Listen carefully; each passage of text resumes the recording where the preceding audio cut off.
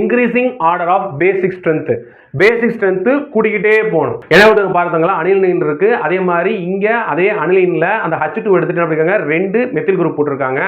அதே மாதிரி இங்க பாத்தீங்க அப்படின்னா டைஎத்தில் அமீன் இருக்கு, இங்க மெத்தில் அமீன் இருக்கு. இப்போ நமக்கு என்ன ஆகணும் அப்படின்னா பேசிக் கேரக்டர் கூடிக்கிட்டே போகணும். Aliphatic amine, aromatic amine. அப்ப ரெண்டு பேர்த்தையும் கம்பேர் பண்ணும்போது யாருக்கு வந்து பேசிக் கேரக்டர் அதிகமா இருக்கும்? நீங்களே சொல்லுங்க. அலிஃபாட்டிக் அமீன் தான் அதிகமா இருக்கும். சரி, ரைட். இவங்க ரெண்டு பேருக்கு அதிகமா இருக்கும். இவங்க ரெண்டு பேர்த்துல யாருக்கு அதிகமா இருக்கும் அப்படின்னா இது பிரைமரி அமீன், செகண்டரி அமீன். அப்ப யாருக்கு அதிகமா இருக்கும்? செகண்டரி அமீன். சோ இந்த பிரச்சனை முடிஞ்சு. அப்ப இங்க கவனிங்க, இது ரெண்டுமே அரோமேட்டிக் அமீன் தான். ஆனா இந்த அமீன்ல CH3 பிரசன்ட் ஆயிருக்கு. அதாவது எலக்ட்ரான் டொனேட்டிங் குரூப் இருக்கு. அப்ப இவங்க ரெண்டு பேரும் கம்பேர் பண்ணும்போது இவருக்கு பேசிக் கேரக்டர் கொஞ்சம் அதிகமா இருக்கும், ஸ்ட்ரென்த் அதிகமா இருக்கும். அப்ப ரொம்ப குறைவான இருக்க ஆள் யாரு பாத்தீங்க அப்படின்னா அனிலின் தான். யாரு? C6H5NH2.